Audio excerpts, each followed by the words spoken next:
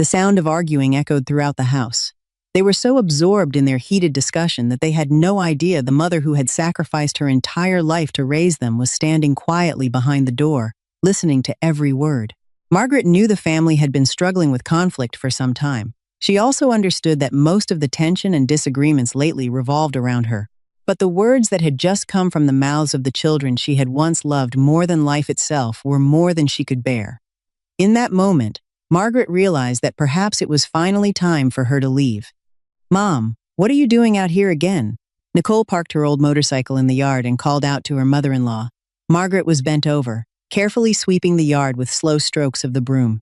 Hearing her daughter-in-law's voice, she lifted her head and tried to straighten her slightly hunched back before replying gently, "I'm just sweeping the yard. I'm not doing anything else. I've already told you, Mom. Just leave the housework for me and I'll do it when I get home. You're getting older now and your back is already bent. Don't push yourself so hard. I know you care about me, dear, but I can still walk around, so I don't want to sit still all day. If there's anything I can do to help you kids, then I want to do it. Besides, sitting in one place all the time isn't good for me. I need to move around and stretch my body." Nicole walked over to her mother-in-law, gently took the broom from her hands, leaned it against the wall, and helped her sit down on the front steps. "Mom, I bought this coat for you today. Try it on and see if it fits. If it doesn't, I'll exchange it tomorrow." As she spoke, Nicole took a brown coat out of her bag and handed it to her. Margaret looked down at the coat resting in her hands, then looked back at Nicole. "Why did you spend money on a coat for me? You already have so many things you need to take care of.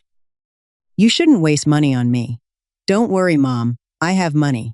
Besides, all of your winter coats are old now. They don't keep you warm anymore.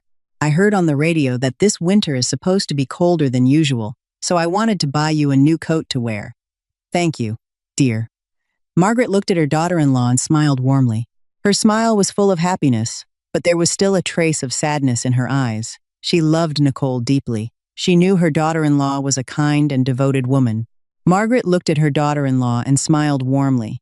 Her smile was full of happiness, but there was still a trace of sadness in her eyes. She loved Nicole deeply. She knew her daughter-in-law was a kind and devoted woman. But life was still very difficult for Nicole and Ethan. Nicole was a community theater actress, but these days fewer and fewer people attended local stage performances, so her income was unstable. As for Ethan, he spent his days wandering around and doing nothing useful. Every expense in the household was paid by Nicole. On top of that, she also had to support her mother-in-law. From time to time, Margaret's son would even come home asking Nicole for money. Margaret understood how difficult life was for the young couple. They were constantly struggling to make ends meet, borrowing money from one place to cover debts in another. Yet Nicole had never once allowed Margaret to worry about anything. Nicole sensed what her mother-in-law was thinking, so she smiled and reassured her. "Don't worry, Mom.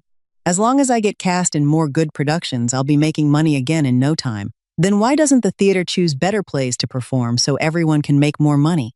Margaret's innocent question made Nicole laugh. "Every actor wants a good script to perform, Mom, but those are hard to find.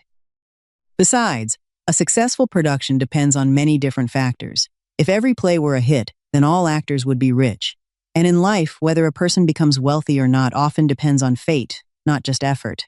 I feel so sorry for you. You're such a beautiful and kind woman.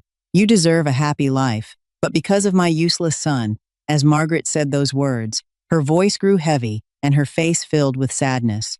Ethan had once been an obedient son who listened to his mother and loved his wife with all his heart. But for some reason, over the past few years, he had completely changed. He spent his time hanging around with irresponsible friends, refusing to work and constantly demanding money from his wife. Not only did he fail to contribute financially to the household, but he also expected Nicole to give him money whenever he wanted it. Margaret had tried many times to talk sense into him, but he never listened. Worse still, he often raised his voice at her. "Nicole, do you know what Ethan actually does all day? I always see him hanging around with those people who never seem to do anything. Whenever I ask him, he tells me I don't understand anything and should stop asking questions. I don't really know either, Mom. He only keeps telling me not to worry. He says that one day he'll become rich, and neither you nor I will have to suffer anymore. He also doesn't want me to continue acting. That's nonsense. If you quit acting, what is he going to live on? What's wrong with being an actress? Ever since you became part of this family, I've come to understand your profession better. In this world, there are good people and bad people in every profession. I must be blessed to have such a wonderful daughter-in-law. I really love acting, Mom. That's why it makes me sad whenever Ethan tells me to quit. If you ever talk to him, please tell him not to force me to leave my job. All right, I will talk to him. Thank you so much, Mom. Nicole smiled and rested her head against her mother-in-law's shoulder. She truly believed it was rare to find a mother-in-law as kind as Margaret. Margaret treated her daughter-in-law like her own daughter, teaching her patiently and always standing up for her whenever Ethan mistreated her. Nicole respected and loved her deeply. Her father-in-law had passed away long ago, and Margaret had worked tirelessly to raise her children alone. Now, at an age when she should have been resting, she still spent every day worrying about her children. What time do you have to be at the theater today? Let me get lunch ready for you. Nicole glanced at the time and replied to her mother-in-law, I have to leave earlier than usual today, so I'll just have a bowl of instant noodles. When Ethan gets home later, you and he can eat together. All right then, go eat your noodles. I'll go to the neighborhood market and buy some pickled mustard greens. Ethan loves mustard green soup. Yes, Mom. Nicole quickly stood up and went into the kitchen. She cooked a bowl of noodles, ate it, and got ready to leave for work. Outside, Margaret finished sweeping the yard and then walked to the nearby neighborhood market to buy some pickled mustard greens so she could make Ethan's favorite soup. After finishing her noodles, Nicole went upstairs to get ready for work. While Nicole was standing in front of the mirror, putting on makeup and softly singing as she prepared to leave for work, Ethan suddenly returned home. He stepped into the room, saw his wife standing in front of the mirror, and immediately began clapping. Beautiful. Beautiful. But from now on, you're only allowed to sing for your husband. Nicole knew that his compliment was really another attempt to make her quit her job, so she turned around and teased him playfully.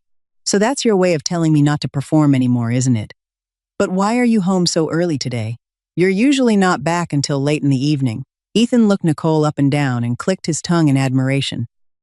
You're really beautiful, like an angel. Your long hair, your chubby cheeks, and those pink lips make me want to take a bite out of you. Nicole rolled her eyes affectionately and replied, What's gotten into you? Did somebody cast a spell on you or something? You never compliment me like this. Usually you're out all day, and when you come home you're always frowning and yelling. But today you're home early and acting happy. Something good must have happened. Did you win the lottery? You're too smart. Nothing gets past you. I'm happy today because I just hit the jackpot. I have a lot of money. Money? Ethan proudly opened his bag and showed her what was inside. And just as he had claimed, the bag was packed with stacks of cash. Nicole stared at them in shock. In all the years of their marriage, she had never seen that much money before. The amount looked as though it could equal a lifetime of savings. After staring at the money for several moments, Nicole finally regained her composure and turned to her husband. What kind of jackpot did you hit to get that much money? Honestly, I'm worried. I've never seen you doing any work. How did you suddenly get so much money? Seeing the doubt in his wife's eyes, Ethan smirked and lifted his chin proudly. Do you really think so little of me? Do you think your husband is incapable of doing anything? I'm smarter than you think. I earned this money with my own hands. Don't worry. From now on, we're rich. Take all this money and buy whatever you want, even expensive designer items. Tomorrow I'll buy a huge television, a new motorcycle, a refrigerator, an air conditioner, everything. I'll buy it all for you. Nicole began to feel irritated because Ethan still refused to explain where the money had come from. Tell me where this money came from. Did you win the lottery or hit some betting number? Seeing his wife continue questioning the source of the money, Ethan became annoyed. He raised his voice and snapped, I brought the money home for you, so just spend it. You don't need to know where it came from. All you need to know is that it's my money and I earned it myself. That's all. By the way, where's Mom? She just went to the neighborhood market. Good. Since she's not home, I want to discuss something with you. Ethan sat down in a chair and motioned for Nicole to sit beside him. His expression suddenly became serious. What is it? Why are you acting so serious? And why does it have to be hidden from Mom? Lately, Mom keeps interfering with what I'm trying to do. No matter what I do, she watches me and always has something to say. It's really getting on my nerves. But I don't want to argue with her, because if the neighbors hear about it, they'll think I'm an ungrateful son. So here's what I'm thinking. I want you to convince Mom to go live with Terrence. After all, he's the oldest son. Ethan, how can you ask me to do something like that? What you're really asking me to do is force Mom out of this house. Exactly. That's why I'm asking you to persuade her. That way nobody can say I chased her away. Just tell her to stay with Terrence. I'll still send money every month to help support her, so it's not like I'm abandoning her. You don't need to worry about that. The truth is that Mom and I don't get along. And besides, she's old now, she's forgetful. We're still young and we don't even have children yet. Having her here affects our private life. How can you say something like that? Taking care of our parents when they grow old is the responsibility of their children. You should be grateful that we still have Mom with us. Stop pretending to be so devoted. I know that ever since we got married, you've been putting up with Mom. Every night you lie next to me, but then you wake up because of her coughing. Be quiet. How can you say such things about your own mother? I take care of her because I genuinely love and care about her, not because of what you're saying. You're using me as an excuse to cover up your own lack of filial duty. If you want to force Mom out of the house so she won't interfere with your shady business dealings anymore, then just say it openly. Why do you have to keep dancing around the truth? You're my husband. Do you really think I don't know what kind of person you are? Seeing that Nicole not only refused to support his plan, but also deliberately exposed the way he was treating his mother, Ethan became furious. He slammed his hand down on the table and shouted, Are you even my wife? Why do you always take Mom's side and oppose your husband? Am I wrong? And now you're yelling at me too. Do you think I don't know what you're really thinking? Back when Maura first got married, you went out of your way to persuade Mom to sell her land and move in with us. You promised that you would take good care of her until the day she died. But now you've spent all the money Mom gave you from selling that land, and that's why you want to get rid of her, isn't it? Are you really a son? I never imagined you could come up with something so shameful. You're Mom's own son, yet you treat her this way. If she ever found out about this, how do you think she could go on living? Why do you keep making your husband sound like such a terrible person? That's not fair. Because Nicole had guessed exactly what he was thinking. Ethan tried to appear calm even though he was furious. He lowered his voice and tried to justify himself, explaining that the reason he wanted Margaret to move to Terrence's house was because of Nicole. But Nicole became even more angry. She told Ethan that she had never once complained about her mother-in-law, so he had no right to say such things. She bluntly told him that she did not want Margaret to leave and wanted her to stay there with her, so he should stop using her as an excuse to force Margaret out of the house. Hearing his wife's words, Ethan burst into laughter, a laugh filled with contempt. He rose from his chair and slowly walked toward Nicole. As he walked, he clapped his hands together mockingly. Bravo! Bravo! Moving closer, Ethan leaned his face near hers and whispered in a taunting voice, My wife truly deserves her reputation as a talented actress. You act so convincingly, but stop it. I'm your husband. Do you really think I don't know what you're thinking? We've lived together for years. I know exactly what kind of person you are. Stop pretending to be innocent, you old fox. Once Mom is gone, you'll be the happiest person in this house because you'll finally be free from living with your mother-in-law. There's nobody else here right now, so you don't need to keep acting. Drop the curtain. Take off that mask you're wearing. Stop pretending to be the devoted daughter-in-law. Listening to it makes me sick. Be quiet. At this point, Nicole could no longer tolerate her husband's arrogant attitude. Furious, she stopped talking to him and stood up to leave for work. Nicole, stop right there, Ethan shouted and chased after her into the living room. I said stop! Seeing her husband lose his temper, Nicole stopped walking. She turned around to face him and said firmly, What do you want now? I've already told you. I will not let Mom go anywhere. You've got some nerve. Now you're defending Mom and talking back to me? Mom is my mother. The decision is mine. If you stand in my way, don't blame me. I'm not trying to lecture you. I'm simply doing what is right as a daughter. And please don't force me to do something that goes against my conscience and my duty toward a parent. I can't do that just to satisfy you. You always have something clever to say, but you won't be able to stop me. And you know what? It's because you're like this that I want Mom gone even more. As long as Mom stays here, she keeps defending you, and that gives you the courage to talk back to me. I want you to go back to being a proper wife. So your true colors are finally showing, aren't they? After going around in circles, what you really want is for me to quit my job. Isn't that right? That's right.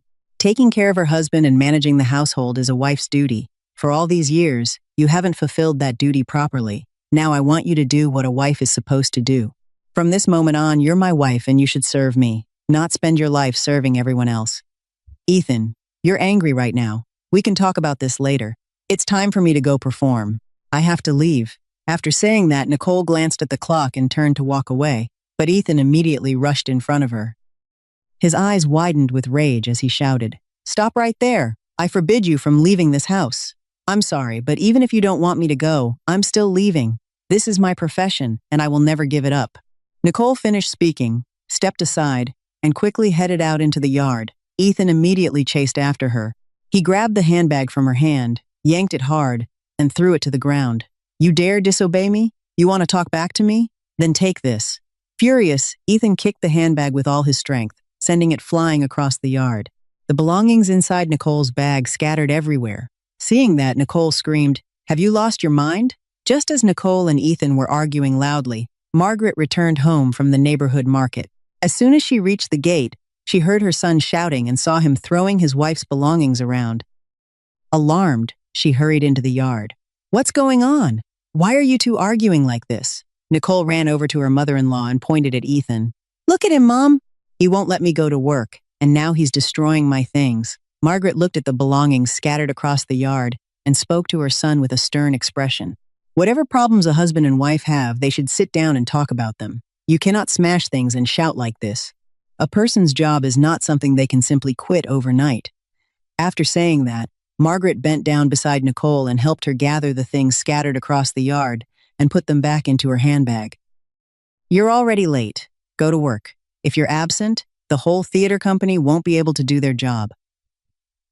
Ethan stood there watching his mother take Nicole's side once again. He became even angrier, but there was nothing he could do, so he swallowed his rage. His fists were clenched tightly. His face was flushed red. Even his lips had turned dark from anger. He kept glaring at Nicole as if silently saying, "You'll pay for this." Nicole was also frightened to see how angry Ethan was, but before leaving, she still walked over to him and said, "While I'm not home, you're not allowed to say anything that will hurt Mom. Don't turn yourself into an unfilial son. A person who fails in filial duty will never accomplish anything truly meaningful." After saying that, Nicole hurried onto her motorcycle and rode away. The moment she drove off, Ethan angrily pointed after her and said to Margaret, "Look at her. Just look at her. Doesn't she sound exactly like you? Every time she opens her mouth, she lectures people. Every time she speaks, it's all morality and life lessons. She doesn't even have her own life together, yet she keeps acting superior and teaching everyone else. Is anything she said wrong? Wrong? What's right about it? She learned all of that from you. You're the one who taught her to talk back to me and act superior to me. Have you ever seen a mother like yourself? You're always defending your daughter-in-law and teaching her to go against your own son. You're truly one of a kind. They should probably give you an award for being Mother of the Year." "Ethan, how can you say such things? Why shouldn't I? I'm sick of it. Do you know that? You never gave me any wealth or property. All you ever gave me were those useless moral lessons that make my head hurt." Margaret's eyes immediately filled with tears when she heard those words from her son. It was true. She had never left behind any wealth or property for her children.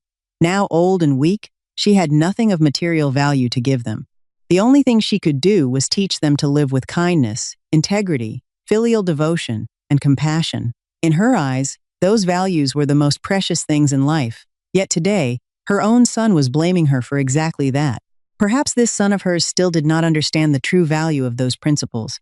All he cared about was money. He thought constantly about wealth and about finding ways to make more of it. Those twisted thoughts filled Margaret with worry. But what could she do? Ethan was no longer a child she could discipline. He was a grown man now. No matter what she taught him, he would only argue back. Today was no different. He was blaming her for always interfering with his business affairs, and he was calling all the values she had taught him meaningless nonsense. The thought of it broke her heart. As Margaret thought about the son who had gone so far astray, tears streamed down her face. She slowly walked closer to Ethan and spoke through her tears. "My son, your mother is poor. I have no money or property to leave behind for any of my children. The only thing I can do is teach you how to live honorably and not do things that go against morality." "Oh, stop it. If you couldn't give me anything worthwhile, then you shouldn't have spent all these years getting in the way of my business. Every time I try to do something, you oppose me. That's why I'm still dirt poor today. How can you say that to your own mother? I never stopped you from doing anything. I'm only afraid that you'll get involved in dishonest business and end up in prison.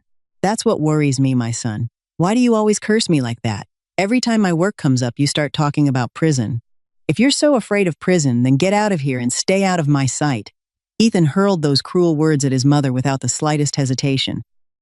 He even drove her out of his house. After saying that, he turned and walked back inside, his face still burning with anger. Margaret remained standing in the yard. Slowly, she dragged her exhausted body toward the front steps and sat down in sorrow. Ethan's words had torn her heart apart. Tears streamed down her face, salty tears running along the deep lines carved there by time and hardship. She felt hurt. She felt sorry for her old, worn-out self. She had spent her entire life raising her children. Everything she had ever wanted was to give them the very best she could. For the past several years, she had watched Ethan spend his time with people involved in dishonest dealings, and she had worried constantly. She had tried again and again to stop him because she feared he would be led astray by those people and end up involved in illegal activities. That fear weighed heavily on her heart. Margaret had believed that her words of advice would help Ethan see right from wrong and find the correct path in life. Instead, he thought she was trying to stop him, that she was an obstacle standing in his way. That was why he had spoken such bitter words to her. And now he had gone so far as to heartlessly drive his own mother away. How had her life become so difficult? When her children were young, she had spent her days catching crabs and snails, going without food and clothing so she could raise them. Their happiness had always been her happiness. Her children were the greatest treasure she had ever possessed. She had hoped that one day, when they grew up, they would live happy lives. She never wished for them to become rich. She only wanted them to live meaningful lives, to be kind and filial so that she could be at peace. But things were no longer the way they had once been. Her children now saw her as the reason for their failures. Whenever they suffered losses or setbacks, she became the person on whom they vented their anger. So what reason did she have to remain here any longer? Ethan was her son, the child she had carried, given birth to, and raised with her own hands. If even he wanted her gone, then she had no choice but to leave. Margaret wiped away the tears on her face and sadly stood up. She went into the house, folded several sets of clothes, packed them into a bag, and prepared to leave. From his room, Ethan looked out and saw Margaret getting ready to leave his house. He smirked and hurried out after her. "Mom is leaving, right? Just remember, you're leaving on your own. Don't go around telling people that I threw you out." Margaret looked up at her son. There was nothing in her heart except pain. She walked away with numbness filling her soul. As always, a mother's love flows only in one direction. No matter what Ethan had done, she still thought about him. She would go stay with her oldest son, Terrence, and if anyone asked, she would simply say that she missed Jalen and wanted to spend some time with her grandson. That way, Ethan would not be known as the unfilial son who drove his mother out of the house. Margaret left the house as evening was beginning to fall. Her lonely figure moved slowly through the narrow alley.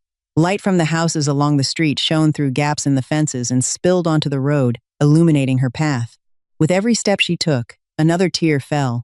Suddenly, she heard the familiar sound of a song coming from one of the houses in the alley. The lyrics pierced her heart. "A mother's love is as vast as the ocean, endless and overflowing. A mother's love stretches wide like the fields beneath the afternoon breeze. From ancient times until now, a mother's heart has always been the same. Yet how many children truly understand that?" Margaret stopped and listened to the song until the end, before continuing on her way. Just as she reached the end of the alley, a sudden rain began to fall. It was an unexpected rain at the beginning of winter, making the already chilly weather feel even colder. She hurried beneath the porch of a house by the roadside to take shelter from the rain. Sitting there beneath the roof, she curled herself up and shivered from the cold. The early winter chill made her skin tighten, but it was nothing compared to the pain in her heart. Margaret looked up at the streams of cold rainwater flowing from the rooftops and could not help feeling sorrowful. Memories of her difficult life came rushing back to her. She and her husband had married when they were both 20 years old. They came from the same village, and both families were equally poor. After their wedding, they were given a place of their own to live.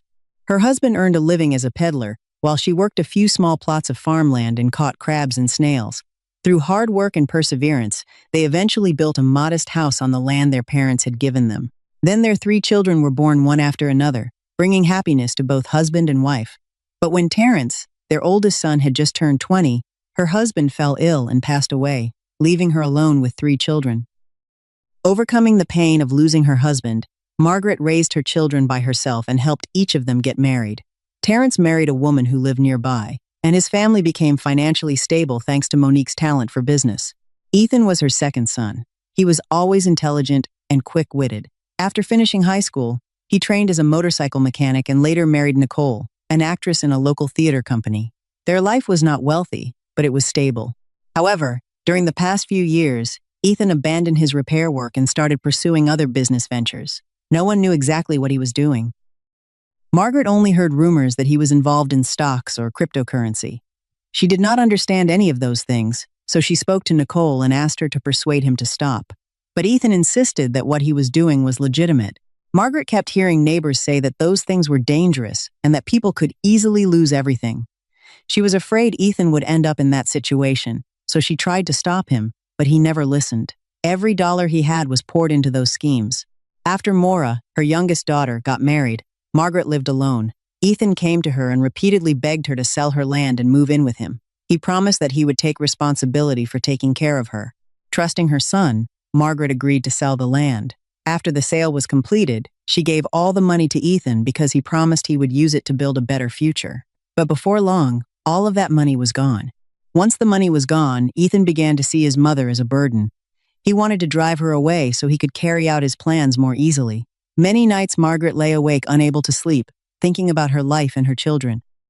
She regretted trusting Ethan and selling her home. She had endured so many hardships throughout her life, hoping only to raise her children well and see them grow into happy adults. Yet now, at more than 70 years old, living one day at a time, her children still refused to listen to her. Even Maura, her youngest daughter, married Malcolm and then insisted on going overseas to work in Taiwan. Margaret had tried her best to persuade her not to go. She told her that she did not yet have children, and that as a woman she should not place too much importance on money. But Maura was determined to go. She said she needed to earn money before having children. So she left for Taiwan and left her husband behind. That decision also caused Margaret endless worry. She worried about her daughter living alone in a foreign land. There were so many temptations and dangers. Would she be able to overcome them all and one day return home to reunite happily with her husband? Margaret sat there lost in thought. The more she thought, the sadder she became, and the more she felt how old she truly was. She was old. She was powerless. She could no longer persuade her children. Her children were now like fully grown tigers. They had claws and fangs, and they were ready to use them against anyone at any time, even against her. She felt afraid of the power her own children now held over her. Going to stay with Terrence today was her last option. Deep down, she knew that Monique did not truly care for her either, but she had nowhere else to go. She had no choice except to go to Terrence's house. Thinking that, Margaret pushed herself up from the ground and prepared to continue walking. But the rain was still falling heavily. What could she do? If she stayed there waiting for it to stop, she might end up sitting there until nightfall. She decided to keep going. Holding her bag over her head to shield herself from the rain, Margaret had only taken a few steps when she heard a voice calling from behind her. "Mom! Mom!" It was Malcolm, her son-in-law. He was calling out to her. Margaret stopped and turned around. Malcolm quickly caught up to her and guided her back under the shelter from the rain. "Mom, where are you going in weather like this? Are you heading to Terrence's house?" "It's been a long time since I visited. I miss Jalen. Why don't you wait until tomorrow?" "Well," Malcolm's question left Margaret hesitant. She did not know how to answer him. Malcolm knew she was not telling the truth, so he quickly said, "You don't have to hide it from me, Mom. Nicole just called me. She was worried about you being home alone, so she asked me to come over and check on you." "Nicole called you? Did she say anything?" "Yes. She said Ethan was upset about something and she was afraid he might say something that would hurt your feelings, so she asked me to come see how you were doing. When I got there, I couldn't find you. I asked Ethan, and he said you had gone to Terrence's house to visit. I couldn't bear the thought of you being out in this weather, so I followed after you. Nicole worries too much. I'm fine. Ethan didn't say anything to me." Margaret did not want Malcolm to know that Ethan had driven her away. She was afraid Ethan would lose face in front of his brother-in-law. Even though Margaret said nothing, Malcolm could already guess that Ethan must have said something. Otherwise, there was no reason Margaret would leave at a time like this. He knew his mother-in-law was still trying to protect Ethan and did not want him to be judged. Since she did not want to talk about it, Malcolm chose not to press the matter any further. He simply said to her, "The rain is too heavy. Come home with me. Whenever you want to go to Terrence's house, I'll take you there." "How could that be?" "Why couldn't it be? You're my mother-in-law. I see you as my own mother. Maura is away from home, so while she's gone, I can take care of you. What's wrong with that? My parents passed away a long time ago. I've always missed having a mother's love. Bringing you home with me is something I've always wished for." Margaret looked at Malcolm and felt deeply moved. Malcolm was a filial man, but his parents had died early, so he no longer had the opportunity to care for them. He was nothing like her own children. Their mother was still alive, yet they constantly wanted to drive her away. Now that she was old, her children saw her as a burden. They could say cruel things to her without caring that their thoughtless words hurt her deeply. They were not like her. Everything she said and everything she did was always done with fear that her children might be hurt. No matter what happened, whether good or bad, she always thought about them and worried about them. No matter how badly her children treated her, she still worried about them. Just like what Ethan had done today. He had driven her away, yet she was still worried about him. She was afraid people would speak badly of him. And now, if she went to stay with her son-in-law, what would people think? They would say that Ethan and Terrence had treated their mother badly, and that was why she had no choice but to live with her son-in-law. She was afraid her sons would gain a bad reputation. Because of that, Margaret firmly refused to go home with Malcolm. Malcolm quickly understood what she was thinking, so he did not want to make things difficult for her. He took her to Terrence's house and then returned to his own home. As soon as Margaret arrived at Terrence's house, Jalen, Terrence's son, who was in 5th grade, ran out excitedly and called out, "Grandma, Grandma, Mom, Dad, Grandma is here." Seeing how happy her grandson was to see her, Margaret smiled warmly. She reached out, stroked his head, and pulled him into her arms. Grandmother and grandson pressed their heads together affectionately. Hearing their son call out that his grandmother had arrived, Terrence and Monique came running out of the house. When Terrence saw his mother, he hurried over and helped her sit down. He asked her why she had come over at this hour and who had brought her there. When Margaret told him that she missed Jalen and wanted to visit her grandson, Terrence felt happy and touched, but Monique did not feel the same way. The moment she saw her mother-in-law arrive, her expression changed from cheerful to irritated. Monique stood there with her arms crossed over her chest. Watching her husband and son gather around Margaret and ask about her, she felt her temper rising. When she heard Margaret say that she missed Jalen and had come to see him, Monique gave a scornful smile. Unable to hold back her irritation any longer, she looked at her mother-in-law and raised her voice. "Tell the truth, Mom. Why did you suddenly come to our house at this hour?" Margaret had been happily talking and laughing with her son and grandson. Hearing her daughter-in-law ask that question, the smile immediately disappeared from her face. Sitting in her chair, she looked up at Monique and answered awkwardly, "I had planned to come over this afternoon, but no one was home, so I had to wait for Ethan to get back before I could leave. It started raining on the way here, and I had to stop to get out of the rain. That's why I arrived so late. You've been living with your actress daughter-in-law for so long that you've started learning how to act from her too, Mom." Hearing those words, Margaret lowered her head. Perhaps she had not been able to hide the truth from Monique after all. Seeing his wife speak so disrespectfully to his mother, Terrence spoke sharply. "What did you just say? Mom can come here whenever she wants. She misses us and misses her grandson, that's why she came. It's not some major issue. If she's only here to visit for a few days, I wouldn't say anything. I'm just afraid she was thrown out and came here because she had nowhere else to go. Isn't that right, Mom?"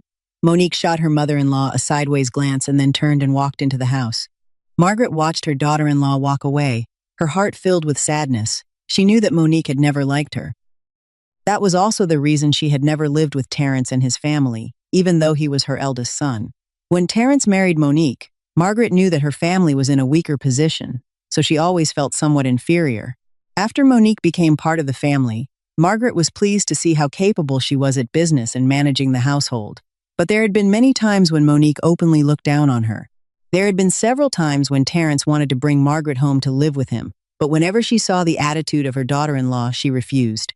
She thought that if she moved in with Terrence and Monique, there would be no peace in the household, and the person who would suffer the most would be Terrence, her son. So she felt it was best to let Terrence and Monique live separately and comfortably. Whenever she missed Jalen, she would ask Terrence to bring him over for a visit and spend a few days with her. Today, Terrence had not come to pick her up, and she had arrived on her own in the middle of a rainy night, so Monique was suspicious. She believed that Margaret had not come because she missed Jalen.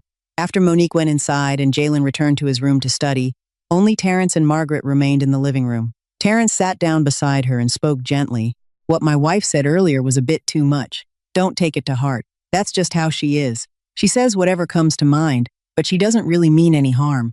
But Mom, why did you suddenly come over at this hour? Do you really miss Jalen that much? Or did something happen at Ethan's house? Did he say something to you?" "No. Ethan didn't say anything to me. I really did miss Jalen. That's why I came. As long as you're here, Stay as long as you want. Whenever you're ready to go home, I'll take you back. And if Ethan ever treats you badly, just tell me. I'll teach him a lesson. It's late now. Let me take you inside so you can rest." From that day on, Margaret stayed at Terrence's house. Ever since she arrived, Terrence and his son Jalen had been overjoyed. The two of them always wanted to come home early so they could spend time with her. In complete contrast to the happiness shown by Terrence and Jalen, Monique always wore a frustrated expression. She was constantly irritated. When she went outside, she yelled at her husband. When she came back inside, she yelled at her son. She also made sarcastic remarks directed at her mother-in-law. Every time Margaret heard her daughter-in-law scolding her husband and son, she felt sad, but she could only remain silent. She tried her best to do all the household chores properly to help Monique. She hoped that Monique would see that she was someone who cared about others and shared their burdens, and that she was not completely dependent on them. But it seemed that Monique never noticed those efforts. She still believed that Margaret had come there only to become another burden on her shoulders, so she always remained unhappy and displeased whenever Margaret was around. Today was Sunday. Monique left her store under the management of her employees and stayed home to rest. While she was resting in her bedroom, she received a phone call. It appeared to be from one of her business partners.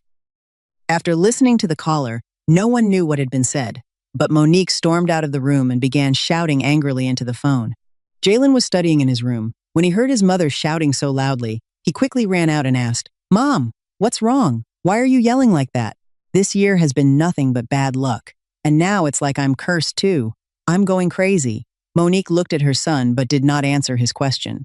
She hung up the phone and dropped heavily onto a chair. She still could not stop speaking loudly. Seeing that his mother kept shouting, Jalen walked over to her and said, "Mom, please keep your voice down so Grandma can rest. She's already sick." Monique was already in a bad mood. When she heard her son tell her to lower her voice, she glared at him and shouted, "This is my house. I can say whatever I want and do whatever I want. Don't you see how much trouble I've had to put up with in this house? And now you're telling me I can't even talk? You better be careful. Don't keep taking your father's side in everything. One day I'll make all of you go hungry." Her eyes widened with anger as she pointed directly at Jalen and shouted at him. Jalen was frightened when he saw how angry his mother was. He shrank back, but still quietly said, "I'm only worried about Grandma. She's sick and needs to rest. Don't mention your grandmother again. Every time someone brings her up, my blood starts boiling. Look at this. She was living with your Uncle Ethan, and then suddenly she came here to stay.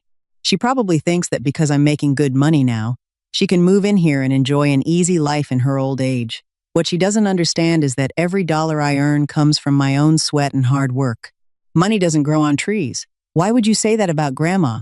She isn't living here for free. Ever since she came, you immediately told the housekeeper not to come anymore. Grandma takes care of everything around the house. So how can you say she's living off us? What do you know? If she had lived with me from the beginning, or if she had given me money or property, I wouldn't say anything. But instead, she sold her house and gave all the money to your uncle. Now she's come here and expects me to take care of her. Do you think that's fair? And every time you and your father open your mouths, all you do is defend her. Mom, don't talk about Grandma like that. I feel so sorry for her. She's old. She hasn't done anything wrong. Sorry for her? You and your father are always saying you feel sorry for her. Then who feels sorry for me? Look at your father. He's useless. He can't accomplish anything. Every burden falls on my shoulders. When your grandmother came here, I thought she would handle the household so I could focus on making money. But instead, one day it's a headache, the next day it's back pain. In the end, everything still falls on me. Not only that, but I also have to spend money on her medicine. How am I supposed to put up with that? Mom, you shouldn't talk about Grandma that way. If you treat Grandma like this, then one day when I get married, if my wife talks to you the same way, won't you be angry too? You! Jalen's words drove Monique into a rage. She clenched her lips tightly and lunged toward him, intending to slap him. But Jalen quickly ran back into his room to avoid being hit. Don't you dare talk about your grandmother like that. You and your father are always defending her. Then who is defending me? You. Jalen's words drove Monique into a rage. She pressed her lips together and lunged toward him, intending to slap him, but Jalen quickly ran into his room to escape the beating. Monique chased after him for a few steps, but by then he had already rushed inside and slammed the door shut, so she stormed away and went outside. Margaret had not been feeling well that day. She was lying in bed resting. When she heard her daughter-in-law shouting and scolding Jalen, she intended to go out and stop the argument. But then she heard Monique talking about her, so she quietly remained seated on the bed. Even though she did not want to listen, her room was right next to the living room, so every word her daughter-in-law said struck her ears. Margaret did not know whether Monique was doing it intentionally or not, but her voice echoed throughout the house. Whether she wanted to hear it or not, she had no choice. Sitting there, Margaret felt her heart ache. Every word from her daughter-in-law was like salt rubbed into an open wound. Tears slowly ran down her cheeks. Why had her life become so painful? She thought that even if her daughter-in-law did not care for her, simply coming to stay in her house should not have been enough reason for her to speak such cruel words. After Monique went outside, Margaret quietly wiped away the tears at the corners of her eyes and stood up. Margaret walked out of her room and stopped in front of a small memorial table where a framed photograph of her late husband sat beside several old family pictures. She gently picked up the photo frame and gazed at his familiar face. Tears welled up in her eyes as she began speaking softly. "My dear, you have been gone from me and the children for more than 20 years now, but I know you are still watching over us. We shared so many joys and hardships together throughout our lives. Even though we are no longer in the same world, I still believe you can see everything that is happening to our family. Life has given us both happiness and sorrow." After hearing the things our daughter-in-law said today, I only ask that you do not blame her. Life is difficult now. Our children carry so much pressure and worry every day that sometimes they forget the responsibilities they have as children. From the day our children were born until this very moment, everything we have done has been for them. After the children have grown up, please continue living that way with me. Let us forgive our children so they can live happily and keep faith in life. My dear, please do that for me. Margaret spoke those words while crying.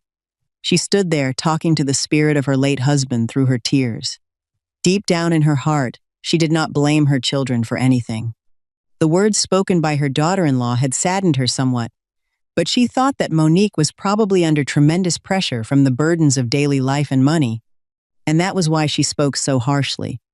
Margaret always thought about her children. She was generous and forgiving, always ready to pardon their mistakes. While Margaret was still standing before her husband's altar, Monique came in from outside. Seeing her there, she asked in an irritated voice, "What are you doing now, Mom?" Startled by the question and afraid her daughter-in-law would notice she had been crying, Margaret lowered her head and quickly wiped away her tears before answering awkwardly, "Oh, I was just cleaning your father's memorial altar. Oh, please, you're sick, so just stay put and rest. Otherwise, when your son comes home and sees this, he'll say I'm mistreating you." "I'm fine. Really, I'm feeling much better now." "You're feeling better already? Well, that's good. In that case, I'd like to talk to you about something." "What is it, dear?" "Go ahead and tell me. Sit down first, and then I'll explain." "All right, go ahead." Margaret did not sit down. She continued wiping the altar while listening to her daughter-in-law. "Mom, I don't know what happened between you and Ethan's family before you came here, or why you left their house and came to ours. All I know is that ever since you moved in here, my business has started losing money. You may not feel anything, but I'm very worried about it. Do you remember our wedding day? You took me to see a fortune teller. The fortune teller said that our ages were incompatible and that we should not live under the same roof. So if you truly care about your son and your grandson, you should think carefully about what is best for everyone. I don't understand what you're trying to say. If you have something to say, just say it directly. I want you to make the decision yourself. If I say it openly, it won't sound good. And if people hear about it, they'll say that the daughter-in-law chased her mother-in-law out of the house. That would only give me a bad reputation." Just then, Terrence came home. When he saw that his mother was still sick yet had come outside to do housework, he hurried over and asked, "Mom, you're not feeling well. Why are you out here doing this? Leave these small chores to Jalen. He's old enough now." Terrence took the cleaning cloth from his mother's hand, set it aside, helped her sit down in a chair, and then turned toward his wife. "And you've been home this whole time, yet you're letting Mom work while she's sick?" As soon as Monique heard her husband criticizing her, she immediately raised her voice. "There, do you see that? I told her not to do it, but she wouldn't listen. Now your son is accusing me of making her work. He's blaming me and making me look bad. Are you happy now?" Monique pouted as she spoke. The expression on her face made Terrence's blood boil. He shouted angrily, "Shut your mouth! How dare you talk to Mom like that?" Even after being shouted at by her husband, Monique showed no shame. She placed her hands on her hips, pushed out her chest, lifted her chin, and challenged him. That's exactly how I talk. What are you going to do about it? You feel sorry for your mother, don't you? Then take her and leave. I've had enough of this. Shut your mouth. How dare you be so disrespectful? I'll teach you a lesson right now. Furious, Terrence rushed toward his wife, but Monique showed no fear at all. She kept her chin raised high in defiance. Seeing that her son was about to hit his wife, Margaret became terrified. She quickly grabbed Terrence's arm and pulled him back while pleading, "Terrence, I'm begging you."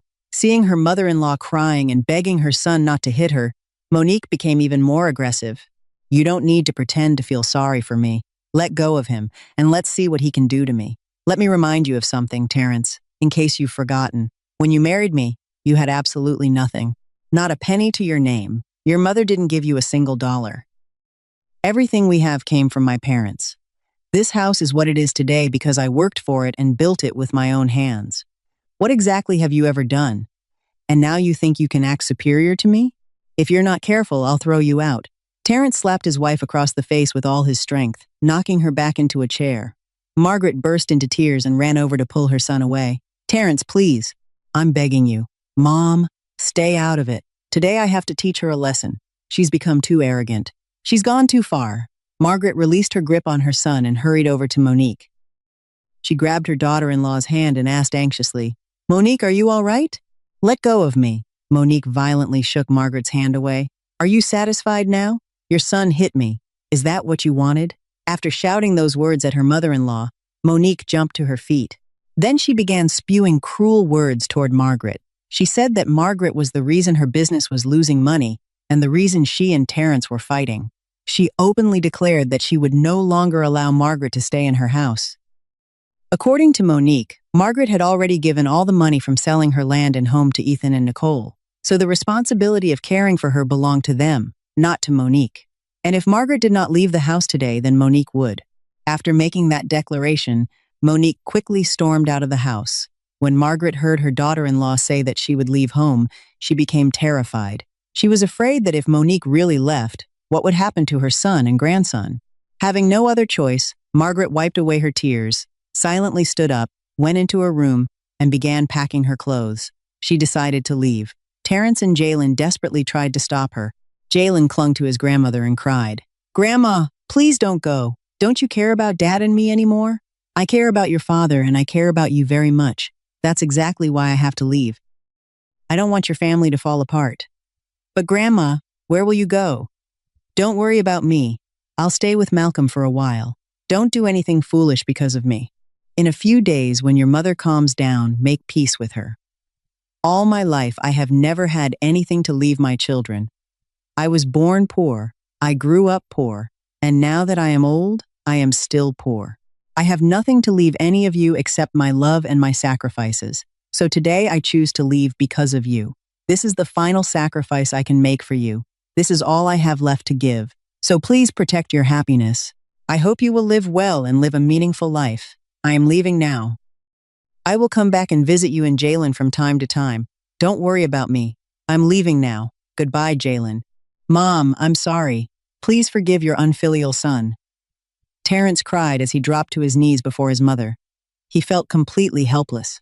The pain of seeing himself unable to protect his mother, watching his wife force her out of the house while he could do nothing, tore him apart. He felt like a weak man and an unfilial son. All he could do was kneel before his mother and beg for her forgiveness. Margaret took hold of her son's hand and helped him to his feet. Then she picked up her bag and slowly walked out of her daughter-in-law's house, feeling as though someone were rubbing salt into an open wound. Perhaps no one else had ever fallen into circumstances as bitter as hers. First her son drove her away, and now her daughter-in-law had done the same. She had raised her children hoping that one day they would repay her love and devotion, but the fruit she received in the end was painfully bitter. Wiping away her tears, Margaret walked forward in agony. Jalen ran after her crying and wrapped his arms around her legs, begging her not to leave, but he could not persuade her to stay. In the end, he slowly let go and stood there watching his grandmother's figure disappear beyond the gate. Margaret said she would go stay at her son-in-law's house so Terrence would not worry, but in truth she did not have the face to go to Malcolm's house. Both of her sons were still alive and healthy, yet she would be living with her son-in-law. What would people think? They would say she had failed to raise her sons properly. And what would Malcolm think of his wife's two brothers? Margaret believed that when one person's reputation suffers, it affects the whole family. She wanted to hide the fact that she had been driven out because it was not something honorable. She did not want anyone to know so they could laugh at her or at her children. She was always afraid that her children would be criticized or lose face, yet her children had never once thought about her. They only saw her as a burden and wanted to push her away whenever they could. How bitter it was for a mother like her. After leaving her daughter-in-law's house, Margaret did not go to Malcolm's home. Instead, she wandered aimlessly down the road. She had no idea where she was going. She simply kept walking without a destination. By late afternoon, the sky was clear and bright. It was not gloomy like the cold winter days that had come before. Crowds of people hurried home, one after another, yet she alone had no home to return to. The streets were busy and full of life, but she felt completely alone. She had children and grandchildren, yet now she was by herself, like a homeless person. What a bitter life it was. She walked and walked until the weak winter sunlight finally disappeared. Exhausted, she sat down beneath a tree by the roadside. Closing her aged eyes lined with wrinkles, Margaret thought to herself that perhaps she would have to sleep there that night. Leaning against the tree trunk, she let out a weary sigh and closed her eyes tightly. How she wished that time could turn back the moment she closed them. She wanted to live forever in the days of her youth. Life had been difficult then, but it had also been happy. Her children had been innocent, carefree, and obedient. They were nothing like they were now. They had grown up and enjoyed comfortable lives, yet they had forgotten the mother who had worked so hard to raise them and sacrificed her entire life for them. Later that afternoon, after Margaret left, Jalen became increasingly worried about her.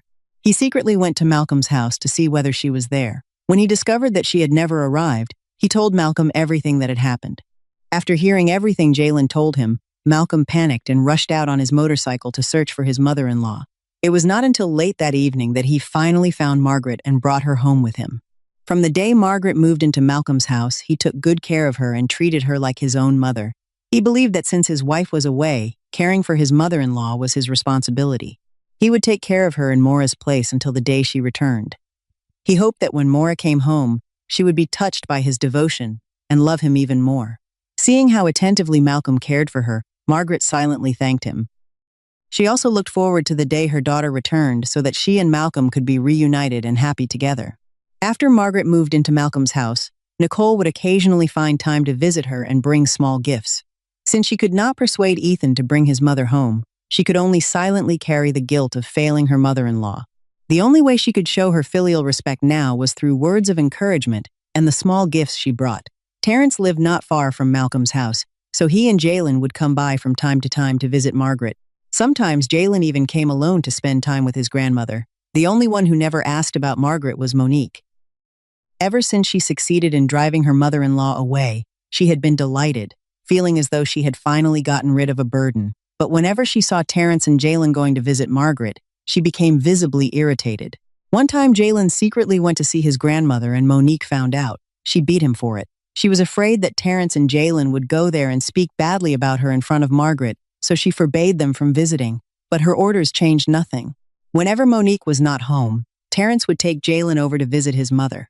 Today, Terrence was away, and Jalen got out of school early, so he immediately ran over to Malcolm's house to spend time with his grandmother. The two of them happily chatted together until Malcolm came home from work. Seeing Malcolm, Jalen excitedly called out, "Uncle Malcolm! Hey, Jalen, you came to visit Grandma?" "Yes, Uncle Malcolm, there's something I need to tell you." As he spoke, Jalen pulled Malcolm aside. "What is it? Some kind of secret?" "It is a secret, Uncle. Mom said I wasn't allowed to tell you, but I think you need to know." "What happened that's so serious?" "Aunt Maura came back." "What? Aunt Maura came back?" "Maura came back? Then why don't I know about it?"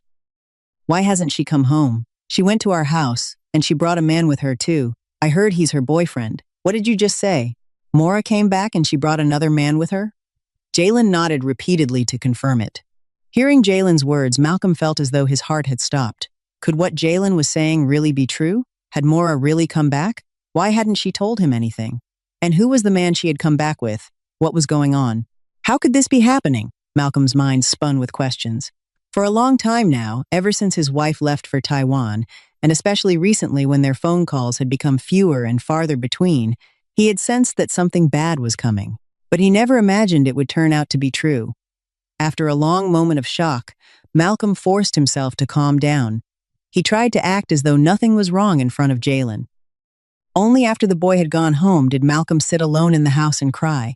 Tears rolled down the face of a man who was about to lose the woman he loved most. He regretted letting Maura go overseas all those years ago. If only he had been more determined back then, perhaps things would not have ended this way. What should he do now? Should he find Maura and demand an explanation? Or should he find the man who had stolen his family's happiness and teach him a lesson? No. If all of this was true, then Maura was the one who had done wrong. He wanted her to return and admit it to his face. If she no longer loved him and wanted a divorce, then she needed to tell him clearly. She had to give him a proper explanation.